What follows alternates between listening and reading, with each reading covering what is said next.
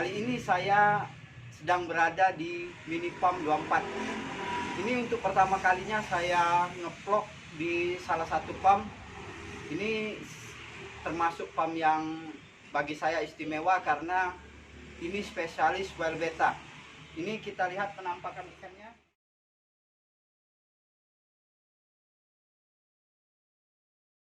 Ini setelah kita melihat gambaran farmnya, kita lebih baik mengobrol sama breedernya atau pemilik farmnya. Ini pemilik farmnya, breedernya. Siapa namanya nih? Devrianli. Kayak nggak kenal kita, Devrianli. Ini nama Facebooknya Raja Wild Betta Palembang. Raja Wild Betta Palembang atau Devrianli ya? Iya, sama Devrianli. Ini kita lihat penampakan ikan yang sudah naik toples. Ini jenis apa, Dep? Ini jenis Mahacai, Alien Blue sama Alien Green. Alien Blue sama. Emang berapa jenis pegang wild betta untuk saat ini? Untuk saat ini Wild Betta yang ada di kita ini ada 4 jenis. Mahacai sama Ragdina, Alien sama Iblis. Kedepannya ada mau untuk nambah jenis atau varian wild betta lagi? Kalau kedepannya mungkin nambah karena kemarin kan masih kuliah, sibuk kuliah, jadi hanya main 4 jenis. Karena udah lulus kemungkinan bisa nambah jenis lainnya. Karena akan lebih fokus lagi ke cupang. Ini kalau penjualan itu biasanya kemana ini? Kalau wild betta ini kan kalau saya lihat ada pasar-pasar tertentu. Masalahnya tidak semua orang suka, cuma yang suka tetap banyak kayak gitu. Kalau untuk pemasaran sih biasanya yang banyak ambil untuk di Nusantara ini orang Jakarta sama orang Bekasi. Tapi untuk keluar biasanya tuh kayak Meksiko udah banyak itu, Amerika udah banyak, sama Thailand ada juga yang ambil di kita. Itu pemasarannya lewat, kebanyakan lewat apa itu? Kalau pemasaran biasanya lewat Facebook sama Instagram. Untuk perawatan sama kayak ikan biasa apa gimana ini? Kalau perawatan jauh lebih simpel ini. Ini kalau ganti airnya nggak terlalu sering, kemungkinan 1 bulan sekali. Juga daya tahan tubuhnya juga kuat, nggak gampang sakit. Terus yang lebih enak lagi boleh ini nggak ada reject. Jadi semuanya sama kayak itu? Semuanya sama. Nah, ini original atau hybrid? Kalau untuk Wild Betta di sini udah hybrid semua. Oh, sudah hybrid semua. Iya. Wild betta kan terkenal dengan ikan yang suka melompat. Ini sebatas ini nggak masalah? Kalau udah naik toples biasanya tuh nggak masalah. Kita lihat dulu kalau baru naik toples dari lubuan naik toples, kita tutup dulu sekitar 1 hari. Udah 1 hari kita lepas tutupnya, dia nggak lompat lagi. Jadi melompat itu jadi ada masalah dengan kenyamanan ikan kayak itu? Iya, kaget. Kaget? Iya, kaget. Biasa di tempat gede, masuk toples tempat kecil. Kenapa lebih memilih wild betta daripada, karena saya lihat kebanyakan kan para breeder memperbanyak ikan jenis-jenis cupang biasa. Ini kenapa lebih memilih wild betta? Kalau cupang Wild Betta ini di Palembang kan juga breedernya nggak banyak. Kalau buat cupang hias kan udah banyak di mana-mana, pasti ada ikan cupang hias. Breedernya di kota-kota besar pasti ada. Kalau Wild Betta ini yang untuk breedernya jarang. Semua breeder ikan hias belum tentu juga bisa jadi breeder Wild Betta. Oh, jadi untuk membreeding wild betta ini ada trik tertentu? Ada trik tertentu. Jadi biarpun dia breeder cupang belum tentu dia bisa membreeding Wild sukses betta, wild iya, betta iya. kalau tidak tahu rahasianya. Berarti Iya. ada rahasia tertentu kayak Ada itu? rahasia tertentu buat breeding Wild Betta.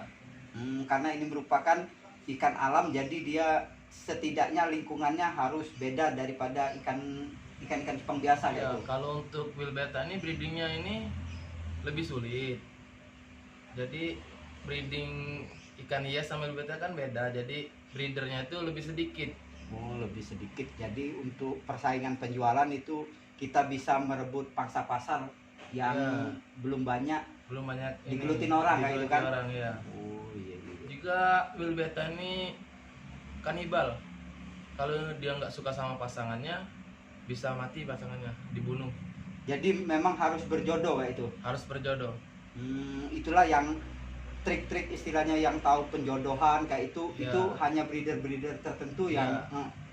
Harus breeder-breeder beta udah paham semua pasti. Ini kalau dikawinkan dengan ikan cupang biasa di cross bisa ini apa enggak ini? Kalau di cross udah pernah nge-cross sama gold hari itu. Cuman yang bakal hidup tuh kemungkinan cuma 10%. Oh, cuma 10%. Ya. Coba kita lihat yang ada di dalam soliter nggak? Biar lebih jelas.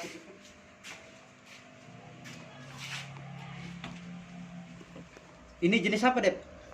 Ini jenis Smaragdina Cooper. Memang ikannya bodinya agak kecil dibandingkan Cupang hias ya. ya cupang hias. Kalau body wheel beta ini jatuhnya lebih memanjang, lebih ramping. Ini kelihatan susah ngedok, Dep. Kalau untuk wheel beta dia lebih sedikit adaptasinya kurang cepet. Oh, kurang cepat. Jadi Iya. ini baru dimasukin belum terlalu adaptasi. Jadi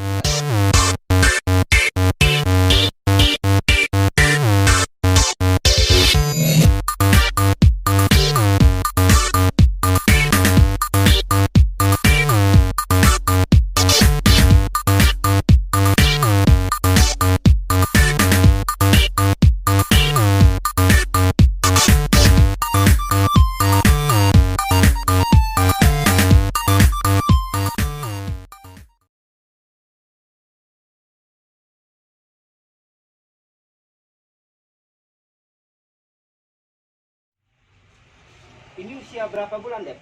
Ini untuk Mahaca ini usia sekitar 2 bulan. 2 bulan juga masih kecil, Om. Karena pertumbuhannya ini lumayan lambat dari cupang-cupang biasa. Ini pakan utamanya apa ini? Sama, kutu air. Kalau pakan utamanya sama kutu air. Sampai gede juga kutu air nih. Kayaknya masih kecil-kecil, udah 2 bulan ini.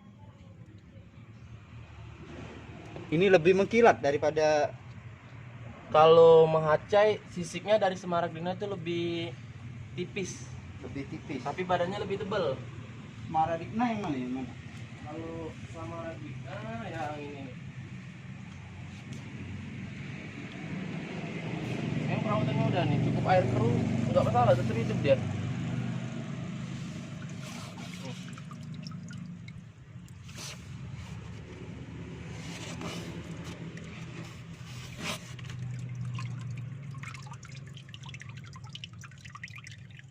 Ini kalau sudah sebesar ini harus ditutup ya, Dep? Kalau untuk wheel beta Smaragdina ini wajib ditutup karena lompatannya lumayan tinggi. Nanti kalau dia lompat hilang kan. Kalau buat Umur berapa yang dia biasa melompat itu? kalau udah ditutup nih biasanya umur 2 bulan udah mulai ditutup. Karena dia usianya udah gede, lompatannya udah tinggi. Wajib ditutup lah, Om. Ini alien. Ya, ini alien. Kalau alien ini lebih mudah kayaknya dari Smaragdina sama Mahacai. Perawatannya mudah. Air tinggi nggak apa dia, air tinggi. Nggak terlalu melompat.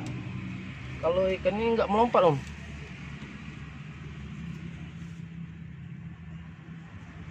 Ya, ini usia 1 bulan. Kayak batik-batik itu ya. Ya, dia lebih ke batik. Kalau anar dorsal sama kaudalnya tuh kayak batik gitu.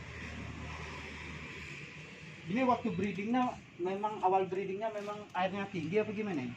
Awal breeding kita di media ember, Om. Oh, media dia. Dan ditumpah kayak itu. Ya, nanti umur 1 minggu udah banyak yang udah mulai kelihatan, kita tumpahi di kulkas ini. Ini yang jaga buraya juga bapaknya itu. Enggak ada keboraya dia. Udah netes 1 hari, female diangkat, male-nya juga diangkat. Oh, jadi mandiri. Mandiri. Cuma support kutu air aja. Ini kutu airnya jadi terlalu, ikannya kan kecil, jadi burayanya pasti lebih kecil daripada ikan biasa ini. Ya pasti gorengnya lebih kecil. Jadi pakannya itu kutu airnya harus dipecah pakai aerator. Jadi kita ambil hari ini kutu air, 3 hari kemudian baru bisa pakai karena dia lebih halus. Oh, jadi kutu air yang memang baru menetas kayak itu. Iya, udah pecah, udah halus, baru kita bisa kasih. Oh iya ya, karena dia ini baru beta semua ya. Ya kalau wheel beta itu harus kecil kutu airnya. Nah teman-teman, mungkin sudah cukup saya ngevlog di PAM Mini 24 yang spesialis well beta ini.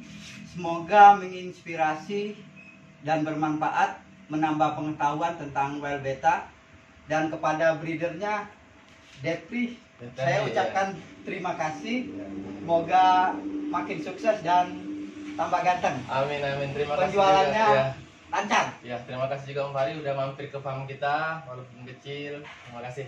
Oh, untuk semuanya salam ngedok.